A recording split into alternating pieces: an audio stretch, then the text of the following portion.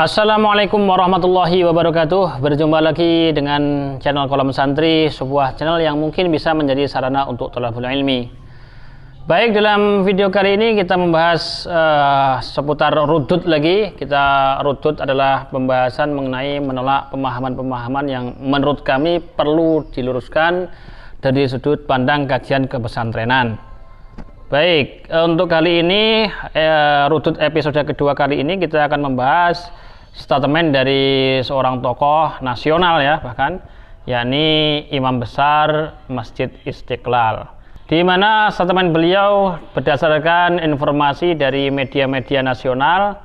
Beliau menyampaikan bahwa kitab-kitab fikih yang ada sekarang ini merupakan kitab fikih yang disusun ketika masa perang salib, sehingga layak direvisi jika pemerintah ingin menangkal radikalisme.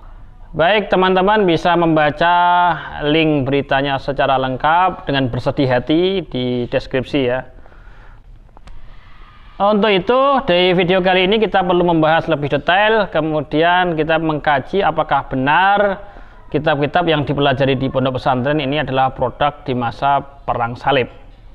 Baik, kita cek faktanya dulu. Faktanya adalah perang salib terjadi pada tahun 490 Hijriah sampai dengan 670 Hijriah.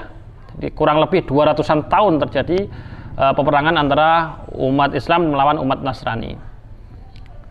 Kemudian kita cek kitab-kitab yang ada di pesantren, yang dipelajari di pesantren, apakah betul dibuat atau disusun pada masa antara 490 Hijriah sampai 670 Hijriah. Kita perlu cek faktanya. Nah, kita perlu pahami bahwa kitab-kitab yang dipelajari di pondok pesantren, karena masyarakat Indonesia ini mazhabnya Syafi'i, maka kita perlu tahu dulu bahwa Imam Syafi'i ini kapan wafatnya, kapan. Imam Syafi'i ini wafat pada tahun 204 Hijriah. Jadi jauh sebelum perang salib, Imam Syafi'i sebagai penyusun utama dari mazhab Syafi'i telah wafat pada tahun 204 Hijriah. Itu artinya kitab-kitab yang dipelajari di pondok pesantren yang kemudian merujuk kepada Imam Syafi'i, mazhab Syafi'i, ini jauh sebelum terjadinya perang salib. Ini yang pertama. Kemudian yang kedua, kalau kitab-kitab mazhab Syafi'i yang dikaji di pesantren Indonesia, khususnya yang berada di bawah naungan Nahdlatul Ulama, pesantren salaf, ini kitabnya apa saja? Ini perlu tahu, jangan-jangan yang mengatakan belum tahu kan. Jadi perlu tahu bahwa untuk tingkat dasar biasanya ini, yakni Fathul Qorib biasanya. Ini tingkat ya sanawi lah. Kalau tingkat dasar biasanya masih dasar, kitab-kitab yang disusun ulama-ulama Indonesia seperti Mabadil Fiqhiyah dan lain-lain. Tapi kalau sudah agak besar biasanya mengkaji kitab ini Fathul Qorib, atau kalau untuk santri yang lebih tinggi biasanya mengkaji ini hasyiahnya Fathul Qorib, yakni Hasyiah Al-Baijuri. Kita cek ini disusun tahun kapan, bahwa Fathul Qorib yang dikaji di pondok pesantren ini, beliau penyusunnya yakni Syekh Muhammad Ibnu Qasim Al-Ghazi ini terlahir pada tahun 859 Hijriah. Jadi jauh beberapa ratus tahun setelah selesainya perang salib. Ini kitab yang insya Allah seluruh pesantren salaf mengkaji ini fikihnya ya. Kemudian kalau tidak ini nanti agak lebih tinggi lagi, santri-santri mempelajari ini kitab Fathul Mu'in. Fathul Mu'in ini disusun oleh Syekh Zainuddin Al-Maribari. Jadi nanti atau kalau lebih santri biasanya kalau ndak Fathul Mu'in ini mengkaji hasyiahnya, yakni kitab I'anatul Thalibin. Biasanya mengkaji itu. Nah, kalau nggak Fathul Mu'in, nanti pakai hasyiahnya I'anatul Thalibin. Kita cek fakta Fathul Mu'in ini disusun kapan. Fathul Mu'in ini oleh Syekh Zainuddin Al-Maribari ini disusun pada tahun 982 Hijriah. Jadi jauh setelah selesainya perang salib. Ini semua bermazhab Syafi'i. Nanti kalau agak lebih tinggi lagi, biasanya santri-santri di pesantren-pesantren salaf ini mengikuti atau mempelajari kitab Fathul Wahhab. Ini syarahnya Minhajut Tholab. Nah, kitab ini disusun kapan? Ini disusun oleh Syekh Zakaria Al-Ansori. Beliau lahir pada tahun 824 Hijriah. Itu artinya juga jauh setelah terjadinya Perang Salib. Nah, karena ini jauh setelah Perang Salib, kitab-kitab yang disusun ini, maka kita melihat bahwa apa yang disampaikan Imam besar Masjid Istiqlal ini adalah sebuah kebohongan publik yang besar dan sangat berisiko bagi kurikulum pondok pesantren. Ini yang pertama.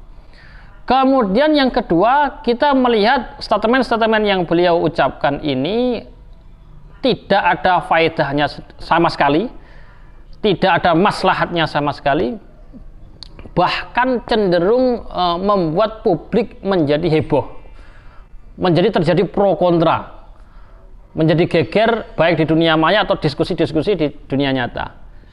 Jadi tidak ada faedahnya sama sekali. Nah, ini maslahatnya tidak ada sama sekali, kecuali hanya untuk bikin heboh, bikin geger saja. Padahal masyarakat pondok pesantren jauh dari ajaran radikalisme. Ini yang pertama. Kemudian beliau mengatakan bahwa jika ingin memerangi radikalisme perlu merevisi kitab-kitab yang menjadi kurikulum pondok pesantren. Kalau memang beliau ingin merevisi kurikulum, tidak usah berkuar-kuar, tidak usah menyampaikan sesuatu seperti itu ya. Tetapi susun aja kitab tandingan yang bisa menandingi Fathul Qorib ini, silahkan. Yang menandingi Fathul Mu'in juga silahkan, atau yang Fathul Wahhab silahkan. Karena di kajian kepesantrenan kita melihat bahwa ada istilah barokah dalam keilmuan. Banyak kitab-kitab yang disusun berbarengan dengan Fathul Qorib, Fathul Mu'in, Fathul Wahhab ini banyak. Tetapi yang berkelanjutan dicetak terus sampai dipelajari sampai sekarang ya tidak banyak. Ini menunjukkan barokah dalam kajian keilmuan. Dalam kajian pesantren diajari begitu itu.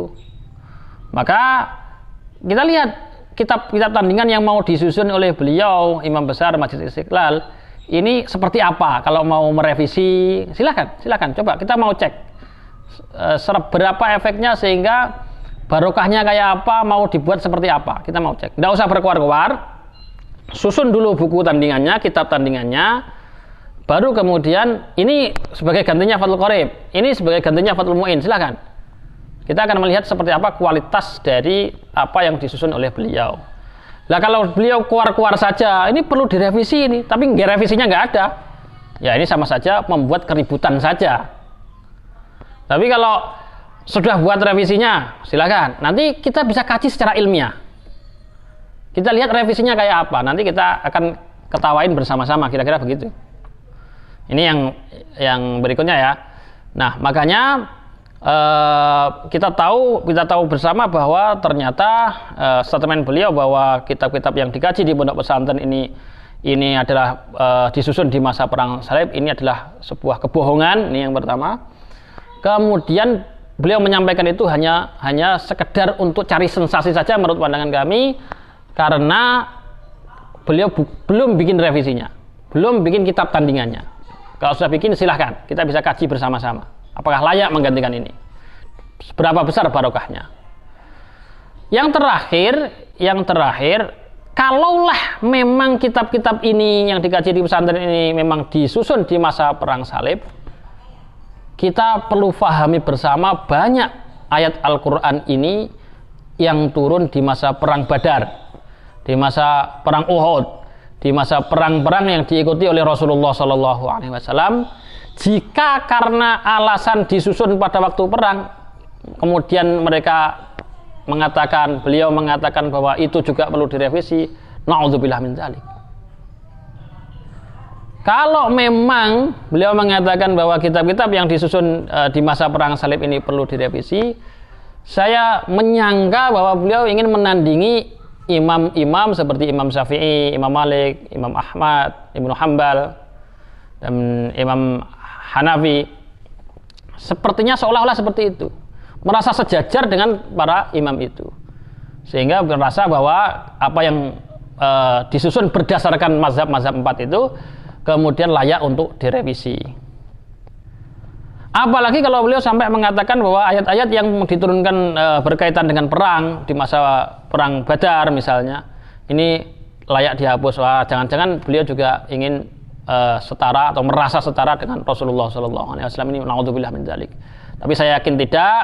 Saya yakin bahwa apa yang beliau sampaikan ini karena ketidaktahuan beliau saja. Kami kira itu video kali ini, rutut kali ini. Terlepas dari itu, kita doakan hidayah. Kita jangan sampai kurikulum yang ada di pondok pesantren diopok-opok atau dicampur tangan dari pemerintah atau campur tangan dari yang lain yang tidak memahami kajian kepesantrenan yang sudah terbukti barokahnya. Ini kajian pesantren ini yang sudah terbukti barokahnya, yang pertama. Yang kedua, juga sudah terbukti menjaga NKRI ini. Jangan diudik-udik. Kami kira itu, kurang lebihnya mohon maaf. Sekian dari kami curhat dari seorang santri. Assalamualaikum warahmatullahi wabarakatuh.